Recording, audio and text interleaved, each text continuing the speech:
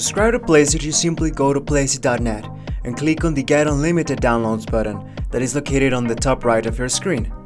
You're going to get a pop-up window where you will select the type of your subscription, monthly or annual. Depending on your selection, this purple box will change, and once you're okay with your choice, click on it. Then, type in your email address and a password to create your account on Placeit. If you already have one, simply click on Login. Cool! Then, select your payment method. You can choose either one of these cards, or you can also pay with PayPal by clicking on the little check mark.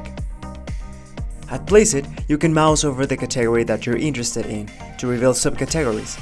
Preview all the mockups that are available by simply clicking on the name of the main category. And that's it! Hello to all the Placeit goodies! One of the great things about Placeit is that the design templates and the mockups complement each other. For example, you can first use Placeit's t-shirt design templates to create some fantastic t-shirt designs, and then use Placeit's apparel mockups to make amazing t-shirts, hoodies, hats, and all kind of mockups to showcase those designs.